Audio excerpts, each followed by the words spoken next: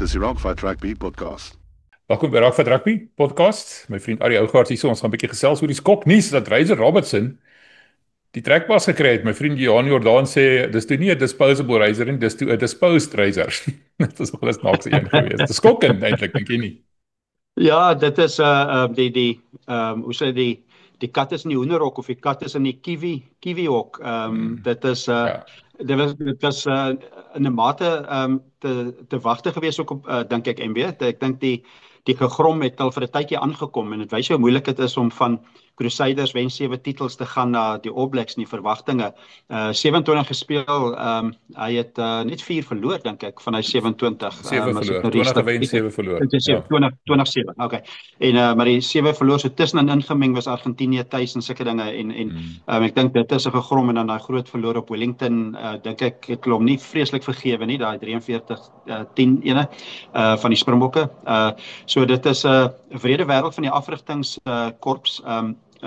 Maar die moeilike deel vir hom was dat die terugvoer wat terugkom nou wat hulle Saggie so half genoem het, is dat hulle het natuurlik 'n evaluasie gemaak, 'n evaluasie voor Kersfees of in die laaste deel van 2025 nou verder gegaan daarmee. En ek dink die groot uitdagings vir Razor ongelukkig was dat dit lyk of van die senior spelers en daar van die bepaalde senior spelers van ADCW ensovoorts later nie gelukkig was nie. So dit is amper dieselfde klanke wat ons hoor wat gebeur het in Junie maand laas jaar in Pretoria. Ja, jy bring dit op. So dit is ja. Maar dit is die uitdaging wat jy het as jy nie op die tellbord die dinge nie gaan nie, dan gaan hulle gewoonlik na die kleedkamer en dit was die suspisie daar het nou ook met Jake Watts of van die aantuigings, weet nie of van dit alles nou so as waar bewys is sedertdien nie. Daar was bespiegelings van maar ek dink ons praat nou oor Razor meer en oor Robinson en daar was ook maar bespiegelings dat daar een speler was wat in die November toer nie eers wou gaan nie. Wat gekies was en gesê het hy gaan nie. Papalea, ek dink dit is van. Ja. So Dalton dit is Papalea. Dalton Papalea. So daar was 'n spesie dat hy gekies was en nie wou gaan nie. So dis 'n moeilike ene. Dit wys jou net die 7 keer vir die Crusaders te wen op daai vlak is een komponent. Dis asof hy nie lekker kon deurtrek na die volgende deel toe nie, maar dit lyk ook of van sy hulpafrigters ook nie vir hom baie gehelp het nie. So dit is ook al 'n storie wat ons al gehoor het die afgelope paar weke en hoe wys hoe belangrik dit is en dat jou hele afrigtingsspan weer eens, ek wil nie te vinnig gaan na die Springbokke toe nie, maar miskien kan ek daarmee afsluit so half my openingsmening is dat dit wys jou dat die Springbok generasie kry het reg om die regte afrigters rondom hom te hê en dit eerstens lyk dit na 'n gelukkige klomp wat by mekaar wil wees en tweedens doen hulle baie goeie werk. En die spelers is gelukkig. So as jy daai 3 komponente so by mekaar kan kry en soms verloor jy wen nou nie altyd nie en hulle het ook verloor deur die jaar in Auckland verloor was moeilik geweest ensovoorts maar dit is dis 'n groot klomp dinge wat moet saamkom. Ek is so laastens so herinner aan die media konferensie toe die All Blacks verloor het in Kaapstad en die media van die All Blacks was verskriklik hard geweest op hom en dit is ek kon nie lekker sien dat hy daar uitgekom het nie. Weet al van harde vrae gevra. En dit was laas jaar in Kaapstad teen die Springbokke. Voorlaas jaar. So die druk voorlaas jaar, dis reg, dis 'n tydjie terug. So dit die druk kom al 'n tydjie lank. Maar ek dink ook ingemeng hier en ons gaan daaroor praat. Ek dink die All Blacks se probleme is nie net afrigting nie. Dit is asof hulle oor 'n tydperk van 10 jaar hulle sogenaamde invincibility begin verloor het. En hulle is nie meer die All Blacks wat hulle was 10 jaar terug nie. Natuurlik hulle nie meer vir McCaw en al daai Kieran Reeds en noem die name en vir Katers nie. Maar hulle is veronderstel om altyd maar 'n redelike sterk span te hê. Ons sê dit hulle 'n sterk span, maar as jy meer daai ons wen nie sommer in Nieu-Seeland nie. Ek dink almal sien nou ons kan daar gaan wen. So dinge het vinnig verander. Interessant wees wat nou gebeur nie. Ek weet nie of jy al in die gange gehoor het wat kan gebeur nie. Maar praat klaar van nuwe afrigters. Nee, hulle praat nog niks nie, maar ek het 'n klomp artikels gesien, maar jy het nou so my baie netjies opening gemaak daar met die Springbokke. Kyk, toe ons almal vanoggend wakker word en ons lees die nuus van Scott Robertson, die eerste ding wat almal begin vra het, wat van Tony Brown? Wat van Tony Brown? Gaan hy terug na Nieu-Seeland toe? Want ons weet, een van die gunstelinge om oor te neem by Scott Robertson is Jamie Joseph. Hy was ook een van die finale kandidaate gewees voor Scott Robertson aangestel is en natuurlik sy regterhand is Tony Brown al vir baie jare by die Highlanders, by Japan. So as Jamie Joseph die ja-woord gaan kry, gaan hy baie hard probeer om Tony Brown se knoppie te druk. So ons almal wonder, ek wil Tony Brown het 'n nuwe dimensie in ons spel gebring. Hy is nou baie diep in die Springbok in. Hy ken ons siege, hy ken ons spelpatrone, hy ken ons planne, hy ken die spelers, hy het statistieke tot sy beskikking. Dit voel amper vir my amper soos 'n bietjie van 'n onregverdige ding. Hy moet 'n bietjie van 'n restraint of trade kry as hy nou gaan skuif. Jy weet, so ten minste vir 'n jaar of so gaan uitsit. Dink jy hy gaan skuif? Ek weet hy het nou nog 'n kontrak tot na die Wêreldbeker en ek kan nie dink dat hy sal nou spring nie. Alhoewel vir enige Nieu-Seelander is dit seker maar die grootste glorie wat die ultimate, as ek dit so kan stel, ding wat hy nou kan streef is om Nieu-Seeland af te rig. Al is dit dan as hulpafrigter. Dink jy die kans dat Tony Brown gaan die skip verlaat, hierdie wonderlike skip wat ons net oor gepraat het, wat is die kans? Ek sou dink die kanse is beter, amper 60-40 sou ek sê. Sien dit dat hy 'n Nieu-Seelander is, as mens nou regtig, as ek en jy nou 'n situasie was, as ek en jy MW afgerig het vir Nieu-Seeland, en daai situasie en die geleentheid kom in Rassie, of vir Jacques Nienaber sê, maar kom ek rig nou weer af, ek wil jy met saam afrig, dan gaan dit moeilik wees om nee te sê. Weet, hy is Nieu-Seelander, vir hulle toetsrugby gespeel. Dit is iets wat jy net om uit kan kry nou. Suid-Afrika sit met 'n hele paar manne wat nie Suid-Afrikaners is, sit met 'n paar manne van Ierland ook. Rassie het die vermoë om daai verhoudings goed te bestuur en die beste manne by hom te hê. Ek dink dit gaan moeilik wees vir Tony Brown waarskynlik om nee te sê vir alles wat Jamie Joseph gaan wees. Maar dan aan die ander kant ook dan moet mens ook begin kyk na jou kontrak en kyk ook na die verpligtinge wat hy vir die Engelse praat van die commitment wat hy gemaak het. Verskoon tog, en die commitment of die kom ons sê maar die saamstaan oomblik wat hy sal gevind het met Rassie sê maar kom ons gaan Australië 2027. So ek dink dit sal die plan wees. Dit sal hoog op die prioriteitslys wees en ek dink Springbok Rugby gaan waarskynlik die afval net reguit maak en sê weet jy hierdie man is gekontrakteer tot die Wêreldbeker volgende jaar. Hy is baie belangrik vir ons en ons is nie iemand wat ons kan laat gaan nie. So ek dink dit gaan so eenvoudig wees nie. Ek dink diep binne as jy hom vra en eerlik wees en niemand neem dit op nie en hy praat net met ons twee, dan gaan hy waarskynlik sê dit sal vir hom 'n droom wees om die All Blacks af te rig as hulpafrigter. Ja, so is dit tik, maar ek sou sê dalk moet ons kyk na die Wêreldbeker. Ek sal baie verbaas wees as hy die proses waar hy nou is vir SA Rugby, vir die Springbok en vir Rassie, nou sal ieweslik drop en sê, daar gaan ek. So, miskien word ons verkeerd bewys, maar ek dink sy inbors is so ek na afstand af lees, is beter as dit, en ek dink Suid-Afrika sal hom tot sy kontrak hou. Dink jy hulle gaan sê dat hulle wil gaan nie. Hy kan natuurlik sê, maar nou gaan ek maar net, ek is nie happy nie, dis 'n ander storie, maar dit sal ek dink dit sal sy profiel en sy, kom ons sê maar sy integriteit tot skade doen. Ek dink nie so nie, hy is nie daai tipe ou nie, jy weet ek al gehoor het van hom nie. Inteendeel, ek het die oorgestelde gehoor van hom. So ou met integriteit en ek dink dit sal gebeur nie. Maar wat vir my baie interessant was, volgende jy praat nou, ons sê altyd oor 2 jaar Wêreldbeker, is nie oor 2 jaar nie. Dis volgende jaar. Dis sommer nou die dag, ewen jaar. Ja. En nou hierdie dramatiese skuif te maak. Jy weet ons het almal gehoor daar's nou 'n tipe van 'n ondersoek geloods of jy weet na seisoen se oorsig, noem dit maar wat jy wil. En ons ek het nog wel oor gepraat. Weet as dit met Rassie moet gebeur, gaan die wenkbrauw daar maar lig, maar lyk my by Nieu-Seeland is dit amper standaard. En toe kom maar gerugte dat die ene hulpafrigter Scott Hansen is dalk die groot vlieg in die drinkwater. En almal sê nee, okay, maar dalk is hy nou van dit ontslae raak. Weet hy het al van 'n paar hulpafrigters ontslae geraak. Leon McDonald was een van hulle. Jason Holland was die ander een. Weet net ontslae terug van Scott Hansen, gemoedere bietjie te kalmeer, vir Adi se weer gelukkig te hou. En so waar is wraggies hier, dank hulle die hoofafrigter af. Ek bedoel, hy het nou wel gesê, hy het nou op sy eie besluit, maar die feit van die saak is, hy het gesê hy moet gaan. Nommer 1 is, ek dink is 'n vernedering vir hom, en nommer 2, dink jy nie, ek benoude kat maak benoude spronge nie. Ek van 'n snaakse tyd om hierdie skuif te maak nie. Ja, dit is, ek dink hulle het gekyk na wat gebeur het in 2007, 2015, dit gaan hulle hoop gee. Suid-Afrika het gewys in 2007, kan jy uit 'n moeilike 2006 uit dit wen. 2015 het Suid-Afrika Rassie het net oorgeneem omtrent 2014 daar rond 15 en toe gewen in Japan. So dis sal miskien hulle motiveer 19 2019. So dit was so dis moontlik om net in te kom en dinge te verander. Het een scenario wat hulle moontlik kon oorweeg was om vir Jamie Joseph dalk dan maar in te bring as 'n hulpafrigter, maar meestal hierdie sterk afrigters wil nie 'n hulpafrigter wees nie, hy wil van die begin af op sy eie staan. Suid-Afrika het dit regkry om te werk, maar dit is as gevolg van 'n goeie vriendskap. So tussen Rassie Erasmus en Jacques Nienaber kon hulle daai rolle bietjie deel amper. Weet so Rassie moes op 'n stadium terugstaan. Jacques was die hoofafrigter, maar hy was baie prominent in wat gebeur het, maar hulle verhouding was sterk genoeg om dit te kon hanteer. So miskien is Jamie Joseph nie bereid om dit te doen nie. Dit sou eintlik vir Jamie Joseph 'n goeie geleentheid gewees het. Sou hulle vir Hansen wou laat gaan en sê maar ek kom in as die hulpafrigter.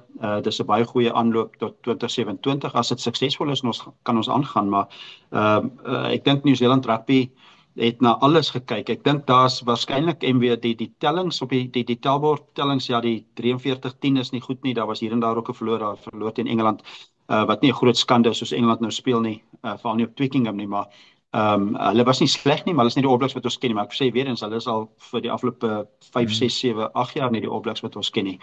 En hulle het al hoe meer begin verloor tuis. So Argentinië het hulle 'n paar keer gewen, Ierland het hulle begin wen. So ek dink dit is meer in die kleedkamerverhoudinge en daar waar ek dink van die verslae teruggekom het dat Hansen se verhouding en Robertson se verhouding met die spelers, en ek dink as jy die kleedkamer begin verloor, het ons al oor gepraat, dan is jy op dun ys, en ek dink hy die kleedkamer oor 'n tydperk begin verloor. Ek het hom nie baie sien breakdance nie, vandat hy by Crusaders was nie, so dalk het hulle hom ook aangesê, jy breakdance nie met daai swart baadjie nie, maar die suksesse was nie regtig daar wat New Zealand Rugby verlang nie. Suid-Afrika is dieselfde, New Zealand Rugby dieselfde, dis dieselfde by die Stormers en ons sien dit veral nou dieselfde by die Bulls ook. Jy moet wen. Daar's nie 'n kort pad nie en dit is sterk rugby spelende lande, weet New Zealand wil probeer, wel statistiek gewys is hulle die suksesvolste rugbyland met al die rugby wat die afgelope 100 jaar gespeel is dit die een span wat 'n positiewe wenrekord en al die ander spanne het, selfs teen Suid-Afrika. So dit is 'n sterk span en jy moet wen. So hulle is nie tevrede nie, hulle is tevrede om daai wêreldbekers te verloor nie. Al was nou met 1 punt in Frankryk, maar dis nie goed genoeg nie. So ja, dis 'n nuwe era. So maak my eintlik so baie keer 'n bietjie senuweeagtig, want ons het geweet wat hulle het in Robinson. Ek dink Rassie het geweet hoe hy speel, almal het begin agterkom wat om te verwag. Effens voorspelbaar hier en daar, maar nou sit eintlik 'n moeilike stadium vir die Springbokke. Jy gaan nou 'n nuwe afrigter wees kort voor hulle kom toer, 4 toetse of 3 toetse in Suid-Afrika speel, 1 oorsee dalk. So 'n nuwe besem, maar nou het ons ook al gesien, 'n nuwe besem is nie altyd die antwoord nie. Dit werk soms en soms het jy meer tyd nodig. Maar hulle opsies is effens beperk. Ek kan nie dink aan watter opsies alles daar is nie. Ek het 'n paar hier. So dit is Ek het 'n paar wat ek nou raak gelees het, kan ek vir jou sê. Ja, jy kan noem, dit is so die opsies is waarskynlik nou rondom Jamie Joseph, maar ja, jy het waarskynlik 'n paar wat jy al raak gesien het. Jamie Joseph is lyk by die hoogste op die lys. Dan praat hulle weer van Dave Rennie. Hy was ons bestaan Australiese afrigter, hy is nou in Japan. Joe Schmidt, hy gaan ons terug New Zealand toe as gevolg van sy seun. Sy seun het 'n paar gesondheidsuitdagings, so dan sy daar weer in New Zealand. Vern Cotter, hy het al van Skotland afgerig, het so 'n paar buiteperde. Natuurlik 'n ander naam wat nou baie genoem word is Pat Lam. Hy rig die Bristol Bears af. Ons het hom die naweek gesien in aksie met sy vrokkie daar. Dit lyk hom net vir my reg. Trek net vir jou hemp aan, man. Ja. So daar's 'n paar name, maar dan nie so warm nie. Ja, nee, regtig. Ek bedoel, jy kom uit New Zealand uit. Ek verstaan dis seker, maar joh, dit het dan nie vir my lekker gelyk nie. So nee, ek weet nie, ek wil met jou praat oor hierdie feit van die Aris Via wat gesê het hy sal bereid wees om sy internasionale loopbaan vir All Blacks op te offer as hulle nie ontslaa raak van Scott Robertson / Scott Hansen nie. En ons het nou gesien wat gebeur as die hond die hond begin swaai hier by Loftus. Ek wonder of dit weer 'n selfde geval gaan wees nie, want as die spelers soveel mag begin kry dat hulle kan begin ontslaa raak van afrigters en hulpafrigters, dan begin mens wonder, wat is die kultuur nou eintlik daar? Is dinge gesond? Is daar meer probleme as wat ons op die oog kan sien? Ons weet New Zealand het geldelike probleme. Hulle kan nie bekostig om aan te hou verloor nie. Hulle is onder druk van ander sportsoorte, ons het nou daaroor gepraat. Basketbal, rugby liga.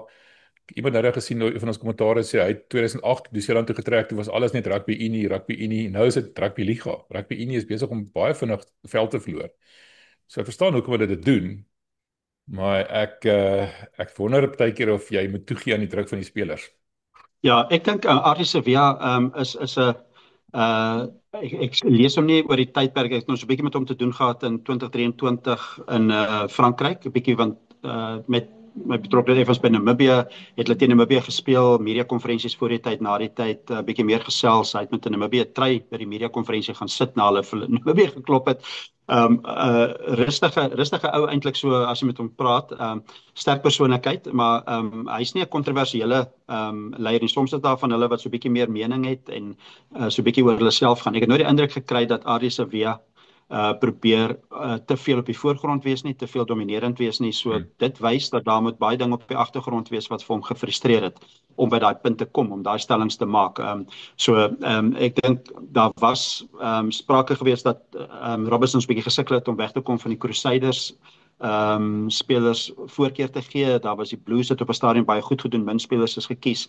Daar was 'n paar sulke situasies, maar ek dink die grootste uitdaging is in die kleedkamer gewees. Dit sal onder 'n klomp afdelings wees. Dit gaan wees oor spelpatrone waarskynlik, dit gaan wees oor hoe ons moet speel.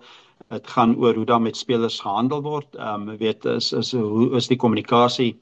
Hoe gaan dit op die oefenveld as jy die vletjie in die hand het?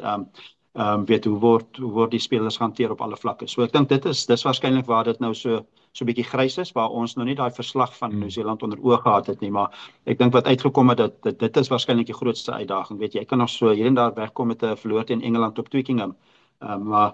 Ek dink dis met die groot aanduiding en weer as Arie se Via so sterk oorkom en begin sê maar hier's voorwaardes.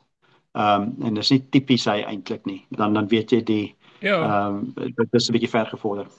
Dieselfde was waar van die Bulle, die spelers wat se name genoem is nie spelers wat jy net tradisioneel sou verwag het of tipies sou verwag het, is almal wat nou bietjie hulle noem dit maar speelgoed uit die kot uit gaan gooi nie. Ek ken nie so vinnig in Afrikaanse woord nie. Hulle is ouens wat rustig en kalm, senior manne. Dan moet sekerlik iets gewees het. Maar nou ja, kom ons gaan aan. Kom ons praat nou juist oor die Bulle. Hulle speel nou Vrydag aand teen Pau. En Johan Ackerman het 'n nuwe span aangekondig. En dit lyk maar soos 'n bietjie van 'n alternatiewe span. Ons kan sien 'n paar manne die riskans gegee is, net vinnig kyk. Jan Hendrik Wessels, Akke van der Merwe, Morney Smit, ek sal 'n bietjie skerm opsit, Roan Vermaak, Reinhard Ludwig, Marcel is die kaptein, Marcel Coetzee, Mpilo Gumede op 7 en dan die Zaamkar op 8. Zak Burger, Andre Pollard, Kurtley is terug, Harold Foster, Sebastian de Klerk is op buitesenter. Ek is nog opgewonde om dit te sien.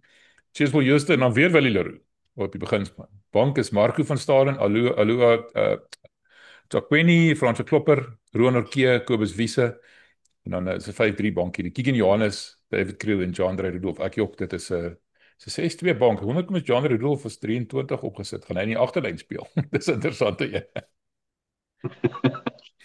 Ja, ek dink daar's baie spelerbestuur wat hier inkom en ek dink die uitdaging MW wat Johan Ackerman na gekyk het is gaan terug na die Stormers in Kaapstad. Ek dink dis waar sy denkproses begin het. Volsterkte span, harde wedstryd, fisiese wedstryd vir die Stormers het dit ook. Hulle moes dringend van die ouens op tot 'n rus kry. Ons sien komende Saterdag of dit net die rus is en of daar ook 'n kraak is. Maar daarna was dit nou die Bristol wedstryd wat ook volsterkte was en baie moeilik was. Jy kan nie 4-5 wedstryde in 'n ry met jou sterkste span speel nie, want die uitdaging is nie nou noodwendig Vrydag aand nie. In terme daarvan, die uitdaging is jy moet in Edinburgh die naweek daarna moet jy jou sterkste span kies vir die Verenigde Rugby Kampioenskap. Jy het nog daai kans en dit is 'n groot wedstryd. Dan vlieg jy terug Johannesburg toe teen die Leeu's en jy gaan ook nie daar jou tweede span kies nie. Jy vlieg basies terug en dadelik jou beste span op die veld. So hy moes hy 'n span kies wat hy so 'n bietjie van sy manne kan rus. Hy het 32 spelers gevat na Europa. Dit beteken 9 spelers kan rus, wat glad nie 23 is nie. Dis nou wat gebeur het. Van hulle is op die bank, so Kobus Wiese wat 'n belangrike speler is en gaan wees teen Edinburgh en teen die Leeu's. Ek dink hy was briljant teen die Stormers gewees. By soos Bakkies Botha gespeel, so hy lyk ook soos Bakkies Botha vir my. Ek dink hy is 'n belangrike speler. Dit is na die rigting wat hy gaan het, maar hy het genoeg ervaring ingeweef in daai span. Val in die agterlyn met Pollard ook veral daar met Willie Leroux op die ligter. So die ervaring en stabiliteit is nog steeds daar. Ek stem saam met de Klerk op 13. Daai stukkie wat hy op 13 gespeel het teen die Stormers ook met Kane Moody wat af is, het gewys dat ek verstaan ook jy het gesê dat hy op ouderdomsvlak ook meestal senter gespeel. Ek moet sê ek hou Kane Moody speel vir my lekker op 13, maar hy is vir die Bulls nog amper meer effektief gewees op vleuel, hy en Kurtley Arendse. En dis waar hy sy naam ook gemaak het. En vir die Springbokke sy naam gemaak het. Almal onthou daai 3 wat hy in Australië gedruk het wat hy op die regtervleuel so hoog gespring het en hy Ja, bal gevang het. Corbette, nog rondgekyk tussen Ja, drukke hulle 3. absoluut. Ek hou eintlik as de Klerk kan werk op 13, dink ek gaan die Bulls baie gevaarlik wees met Kynnan en Kirtley op die vleuels. Ek dink dit is daar's hier en daar gaan hulle voete vind, maar Kirtley Arendse wat terug is 'n baie groot pluspunt vir die Bulls. Een van die beste spelers vir my in die Springbok span ook altyd gevaarlik ek dink die span wat gekies is, 'n sterk span, hulle kan vir Pau aanvat. Pau natuurlik moeilike span, ons weet dit was ook in die persverklaring van die Bulls het hulle ook weer bevestig Pau lê tweede op die top 14, as jy tweede in die top 14 lê dan kan jy rugby speel. Dit is 'n sterk span. Pau is 'n klein dorpie, is net so klein onderkant Bordeaux, die wat Frankryk al ken is daar in die weste kant. Maar hulle het 'n klomp sterk spelers, so dit gaan moeilik wees om daar te speel. So ek dink Vrydag aand gaan moeilik wees vir die Bulls. Maar die ene wat hulle so stilletjies hulle oog op het, dink ek MW is Edinburgh. So ek dink hulle kan wen Vrydag aand. Jy kan altyd wen. Hulle het ek het gekyk na die jaar se rugby, die al wedstryde wat hulle gespeel het vandat Ackerman oorgeneem het. Ons vergeet, hulle het vir Connacht met 'n punt gewen 28-27 weg. Een van daai wedstryde. So die Bulls het die vermoë om weg te gaan om te vlieg en te gaan wen daar.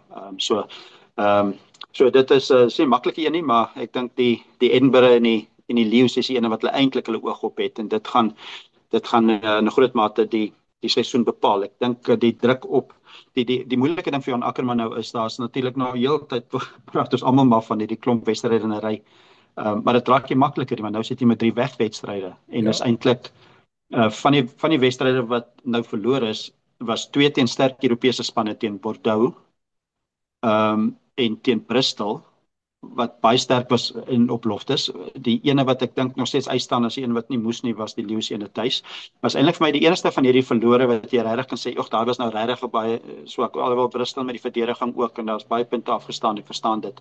Maar van die ander wedstryde moet mens verstaan, dit was in Durban, dit was op Kaapstad, dit was meestal weg gewees, nou nog 3 weg. So as ek 'n Bulls ondersteuner is, dan gaan ek probeer vir die volgende 3 nog effens rustig wees en sê kom ons gee vir Johan Ackerman 'n kans. Want ek sê dit steeds die laaste 6, daar's 6 wedstryde potensieel wat hulle die Verenigde Rugby Kampioenskap kan wen aan die einde van die seisoen en dit is 2 toerwedstryde weg. Hulle speel teen Scarlets en Dragons wat tans 13de en 16de op die lys is. Hulle speel hulle weg. Hulle kan daai wedstryde wen. Kan hulle eintlik met bonuspunte wen. Hulle speel Zebra en Benetton ook tuis. Benetton is 8ste. Zebra 15de, maar jy kan albei daai is eintlik veronderstel om tuis te. Jy moet vir Benetton tuis wen. Al speel Benetton nou beter. En jy speel die Bulls, jy speel die Stormers en die Sharks ook tuis. So dis 6 wedstryde wat die Bulls potensieel aan die einde van die seisoen kan wen. In 'n ander seisoen het jy gesê ek wen al 6 daai wedstryde. Jy kan 28 punte daai kry. 30 is miskien moeilik. Jy kan dalk 27 kry en as jy 27 bytel by 'n moontlike wen teen een van Edinburgh en van die Lions, dan eindig jy in die 40 punte. En ek het gekyk, laas jaar was dit jy moet 'n bietjie meer hê. Die 8ste plek was 48 punte laas jaar. Het ingekom.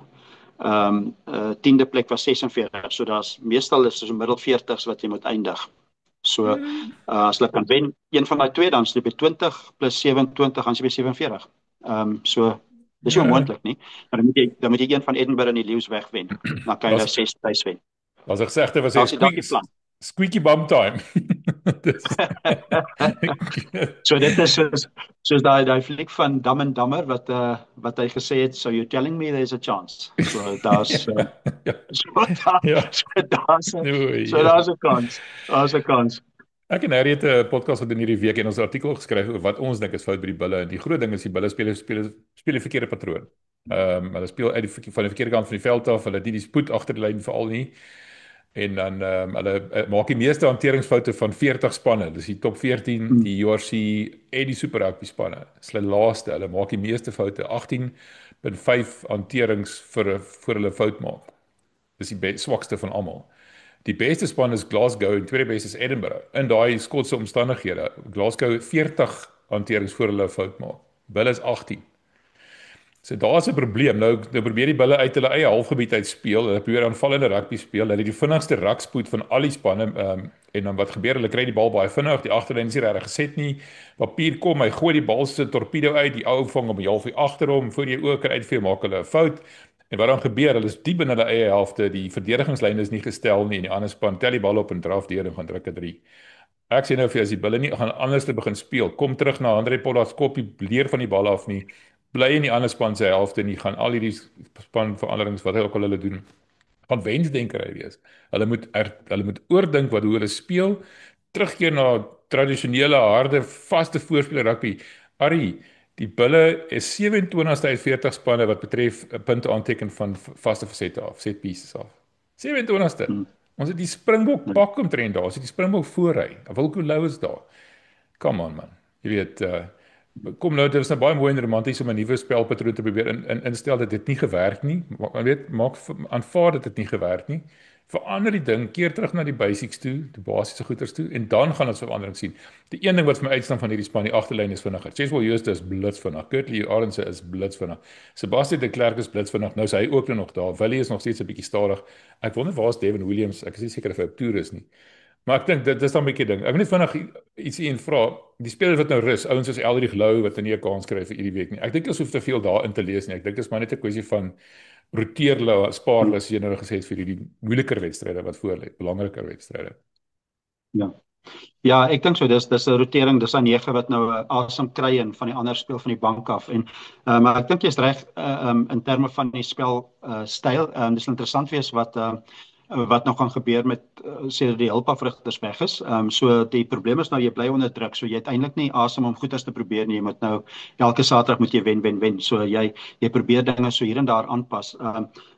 Ek dink die een komponent MW wat verseker aandag nodig het veral op Loftus-Versfeld is jou verdediging, en ons gepraat oor verdediging, maar dit is daai trots om jou doellyn te verdedig, weet jy staan punte af hier en daar, dit gebeur, maar teen die Leeu's 43 punte, dan ek dink teen Bordeaux was dit 46 en 61, so as jy daai 3 tellings kyk van tuis, dis geweldig baie punte wat jy afstaan, weet as jy 43, 61 en 46 is gemiddeld raak aan 50 amper, of begin mik na hoë 40s, so dis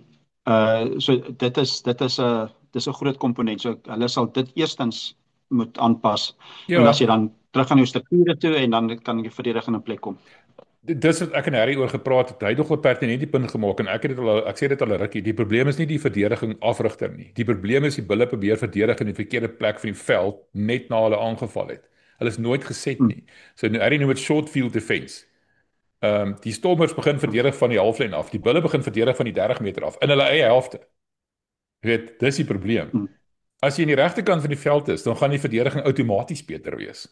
Maar nou op die oomblik as jy in die moeilikheid, jy skarrel en jy moet doen alles en ons het gesê die agterlyn het nie spoed nie. Jy probeer van jou eie doellyn af hardloop met 2 stadige senters. Jy weet, dis dom dinge wat hulle doen. Maar ons moet nog praat oor die Stormers en die Sharks en die Lions ook nog. So kom ons praat gou oor die Stormers. Na daai treurmare daar in Engeland. Almal het verwag hulle gaan Harlequins trap. Harlequins, Hugh Griffin sê gisterand vir my dat ek dink hulle het 9 uit hulle laaste 27 wedstryde gewen. Die Stormers was onoorwonde vir 10 wedstryde op die kruin van die golf. Hulle het net wel 'n bietjie van 'n alternatiewe span gestuur. Ek sê nie B-span nie.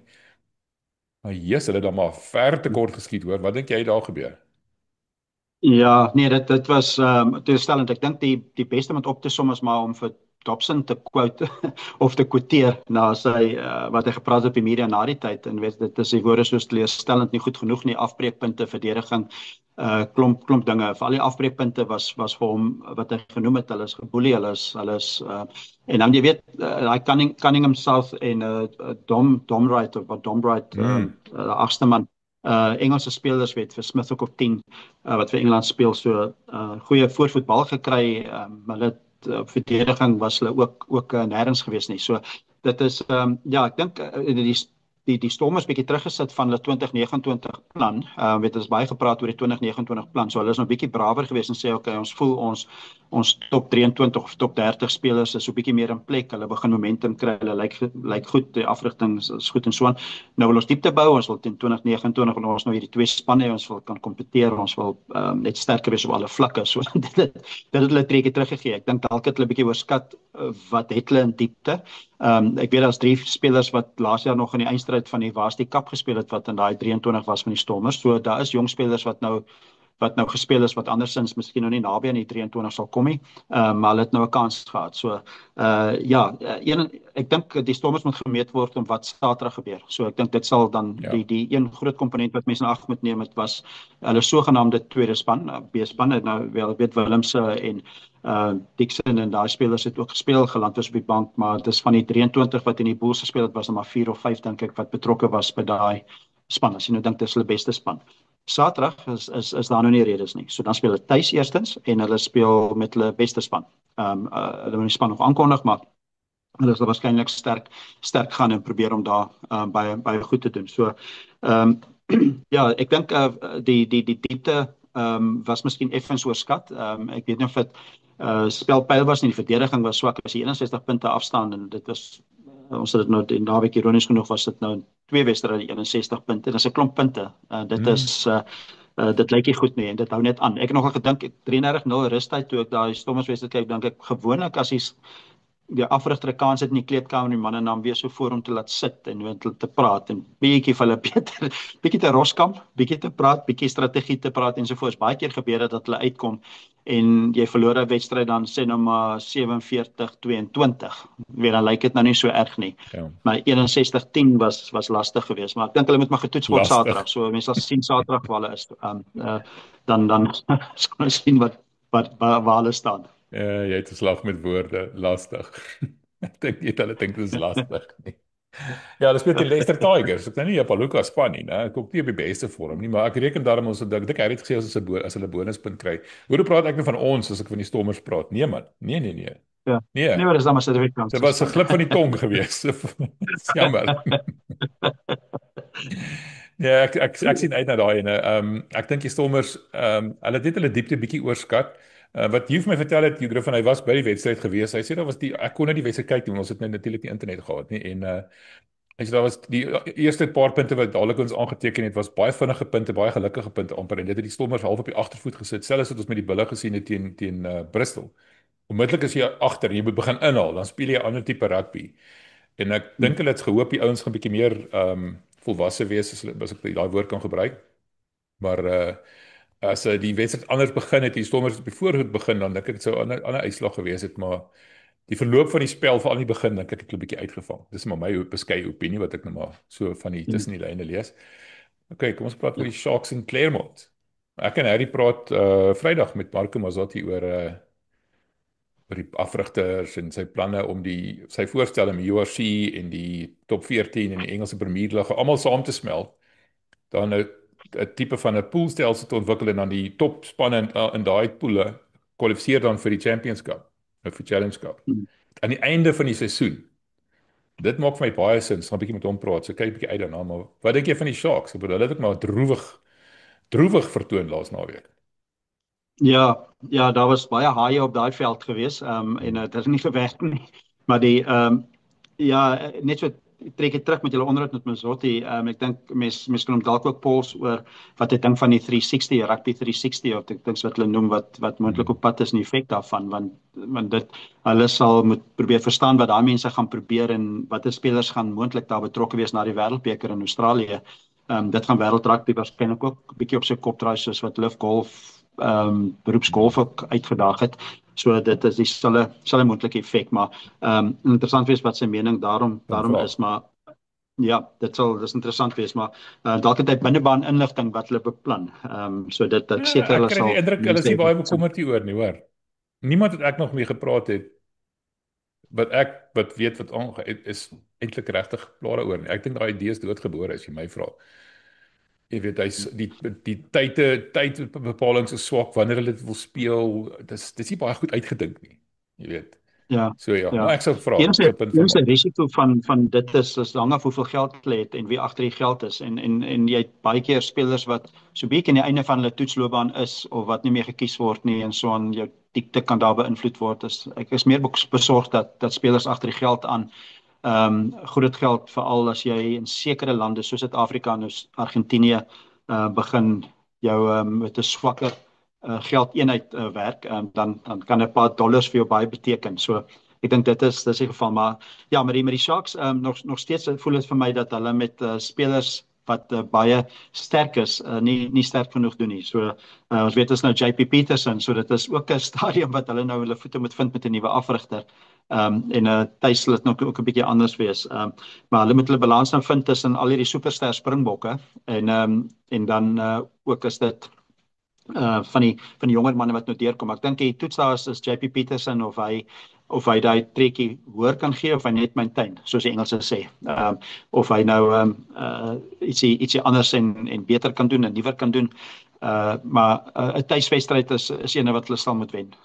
So daar's nog steeds moeilik om dit te doen, maar dis verseker moontlik. Maar die JP Peterson effek sal interessant wees in Durban. Ek sien hulle sê Clermont gaan 'n swak span stuur. So weet dalk sal hulle 'n bietjie beter doen. Ons gaan nou juist pols oor wat se planne met die afrigter wanneer het hulle besef dit is tyd om 'n skuif te maak, wat's fout met die strukture, en hy is heeltemal oop om met ons te praat daaroor. Hy wil ook baie graag praat oor die Sail Tunas wat hy oor na verwys het op Twitter. Die Sail Sharks het hulle ons laaste naweek teen gespeel het en toe maak hy mos die grappie van die Sail Tuna en toe ruk daai Engelse hulle lelik op vir hom. So hy het gesê ons 'n bietjie daaroor praat. Interessant. Kom ons praat oor die Lions teen Benetton. Ek bedoel die Lions, jy weet jy het nou nog gesê die Bulle gaan met hulle sterkste span met opruk hulle spaar toe. Want die Lions hierdie jaar is besig om verwagtinge te oortref. Jy kan nie meer net dat sê okay nou ons daai wedstryd kan ons maar sê is in die sakkie nie. Ons het dit op beloftes gesien. Jy het 'n paar keer gesê ons die Bulle moes eintlik daai gewen het. Lions is op 'n lekker kurwe, hulle doen goed, né? Wat verwag jy van daai een? Ja, en hulle is self onder die radar gewees na MW en almal se fokus was baie op die Stormers en die Bulls en die Sharks gewees die afgelope tyd en dit is van Rooyen wat so met die tyd sy voete gevind het. Ons het vroeër gepraat. Ek dink die kontinuïteit daar in afrigting en hulle sterk spelers en daar's 'n paar springbokke wat baie goed deurkom. Daar's 'n paar potensiële springbokke wat ek nou begin deurkom. Hulle is amper by 'n soos die Engelse praat van so 'n tipping point. Hulle was vir 'n stadium laas jaar, so as jy daai weegskaal so weeg, dan is dit asof dit links of regs kan gaan. Daar was van die spelers wat weggegaan het. Ons het gepraat van Edwin van der Merwe byvoorbeeld, wat ek verbaas was dat hy gegaan het. Maar nou eweslik is hulle 'n seisoen wat hulle eerstens goed doen. Hulle het goeie uitslae. Hulle is baie kompeterend en natuurlik die wen in Durban teen die Sharks was indrukwekkend. En dan tweedens begin hulle spelers inkry. So hulle het vir Bato ingekry daar van die Sharks af wat 'n briljante flank is. Onder 20 wêreldbeker was hy een van die spelers van die toernooi gewees en hy het op daai vlak ook nou goed gedoen. So hy's 'n briljante speler en dan kry hy vir Boan Venter volgende jaar terug of wat kom niet en eweskielik is daar het jy 'n sterk span. Ek dink hulle bou weer 'n span wat 'n hele paar nuwe springbokke gaan oplewer. Weet van 'n berg geslaag daar. Ons weet van Koen op Jelagter wat 'n goeie speler is wat ook bevestig het hy gaan aanhou speel daar. So daar's 'n hele paar spelers wat hande opsteek. 'n Venter op flank. Ek dink hy gaan nie in die pool speel nie, dink ek. Ek dink is hy nog dan geskort. Ja.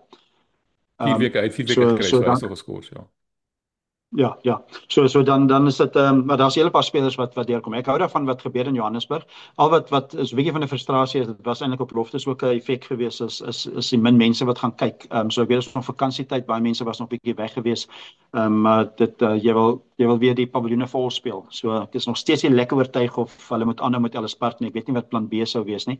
Maar dit is van al die stadions wat dit lyk of hulle die meeste sukkel om mense daar te kry. En nou is dit 'n stadion wat jy sê dit gaan nie nou net dat hulle dalk nie die uitslag kry nie. Dis nou 'n span wat eintlik nog goed doen. 'n Span wat jy wil gaan kyk. So dit dan moet jy na die ander faktore bietjie sterker begin kyk. Ek weet Ellis Park is eintlik net vol as die Bokke daar speel teen die All Blacks. Maar verder is daar niemand nie. Maar die Lions het 'n goeie proses wat hulle mee aan die gang is en ek dink Van Rooyen het sy voete gevind. Hy het moeilike tye ook gehad laas jaar. Dit was baie druk op hom. Hulle het hom geglo. Ek dink Jacques Fourie van sy assistent en die man wat by hom is doen goed. Ek dink is lekker om te sien wat hy doen en hulle is die tans op 'n goeie posisie ook op die Verenigde Rugby Kampioenskap. Daai wedstryd teen die Bulls in Ellis Park gaan vir hulle baie belangrik wees oor 2 weke. So dit is of amper 3 weke as mens die komende naweek inreken. Ja, ek hoor jou. Ek sê net daai, maar kom ons praat 'n bietjie oor die Cheetahs, die arme ouens, die arme drommels. As hulle nie bad luck gehad het nie, het hulle geen luck gehad nie. Ek weet hoe gaan daai gesegde? Ag my aarde, ek weet nou moet Ja. hulle in Amsterdam speel. Net sneeu en daar kan hulle nie op die oorspronklike spelveld speel nie. Dan gaan hulle na 'n ander veld toe en dis net so toegesneeu en ten spyte van hulle beste pogings om dit te probeer skoonmaak, word die wedstryd afgelas. Hulle kry 28-0 telling teen hulle Mm. met dis twee keer 'n bonuspunt vir die Ulster. Kyk, ek weet nie of Ulster sig kon wen het nie. En kom ons wees maar eerlik, maar die feit van die saak is hierdie arme Cheetahs, nou, dis hulle stry 'n verlore stryd nou en dit is so onregverdig eintlik. Wat dink jy? Ja, dit is die oomblik wat hulle in daai liga beland het, was dit 'n opdraande stryd want daar is nog net hulle werk in 'n ewige getalle in hierdie ligas en as of hulle om nou by te kom by Verenigde Rugby Kampioenskap of om hy strappie hoor te maak en dis waartoe hulle moet streef en hulle moet nou kompetisies heeltyd vind. Ek het op 'n stadium met Davies Fourie gepraat wat nou by Boland is en hy het my ook so 'n bietjie vertel van sy tyd ook by die Cheetahs en hoe dit heeltyd 'n stryd is net om kompetisies en wedstryde te vind. So dit is eintlik hartseer. So ja, so frustrasie om nie te speel nie, weet van die manne dan ten minste nou sekere Europa bietjie beter kon kyk en dit maar so 'n bietjie van 'n vakansie gemaak, maar dis nie waarmee jy wil gaan nie. Jy wil rugby speel. Om 28-0 was ook vir my vreemd geweest om dit te sien, dat jy was 28-0 dan nou verloor en die punte moet afstaan. Nou seker nou maar die aard van die bepalinge, daar seker ook een of ander klousule op die 10de bladsy van al die kontrakte wat dit nou bevestig. So dit is maar hoe dit werk. Maar ja, dit aan die ander kant waar ek praat van die leeu's wat nou spelers bykry, 'n speler wat potensieel moet dink aan gaan ek Bloemfontein toe, gaan ek Johannesburg toe of gaan ek Pretoria toe of Kaap toe. Daar spelers begin kyk na wat 'n liga speel jy, wat is jou blootstelling, waar speel jy, teen wie speel jy? So ek dink dit is die uitdaging van die Cheetahs op die stadium en dan sit hulle met daai rugbyfabriek van Grey College nog steeds aan die hartjie van Bloemfontein wat jaar na jaar net hierdie briljante spelers oplewer en dan sit jy met Jan Hendrik Wessels wat in Pretoria speel, jy sit met André Goventer wat by die Stormers speel. Weet so jy kan nie al jou spelers behou nie, maar Netling Forsie kom ook van Grey af. So daar's 'n klomp spelers wat jy dan nou kyk en sê maar dit is 'n ander effek. Jy sukkel net om daai regte sterre. Ek dink die tank Adams is ook leeu's toe. Daai senter wat ook Kruienweg gespeel het vir die middeljaar vir die of laas jaar vir die Kry is ook nie behou in Bloemfontein nie. Hy is verseker leeu's toe. So dis die uitdaging wat jy het nou as dit so gaan. So ja, dit is 'n bietjie ongeluk en hopelik kan hulle nou as hulle nou wel speelkans kry, kan hulle opmaak en goed doen in 'n kompetisie. Maar die regte uitdaging is waantoe verder. Weet waar gaan jy in 'n hoër liga inkom? Weet en jy moet eintlik probeer om vir die Leeu's of vir die Sharks of iemand uit te speel en hoe gaan jy dit regkry? So en veral die 40 rugby kampioenskap. Ja. Maar dis jammer van die een in Amsterdam. So dit is hulle, ek dink hulle was reg vir daai nou. Ja, ek dink ook so. Nee, okay, Ari, dink ons nou soort van alles gedek hierso. Ons sal maar met ingehoue asem kyk wat gebeur met die Springbokke met Tony Brown en wat gebeur in Nieu-Seeland want is interessant dat 'n afrigter in Nieu-Seeland se aanstelling 'n effek op die Springbokke kan hê. Wie sou dit nou ooit kon gedink het? Maar nou ja, dankie, was lekker soos altyd. Ja, altyd 'n voorreg en sterkte vir Vrydag aand en vir Saterdag vir ondersteuners met daai groot wedstryde. Hulle mag die beste span wen of moet ek sê mag ons span wen. Ja, ek ken of my span die beste is, hy moet net wen. So. Hulle wen. Absoluut maar lekker rugby naweek vir almal. Lekker naweek, goed gaan.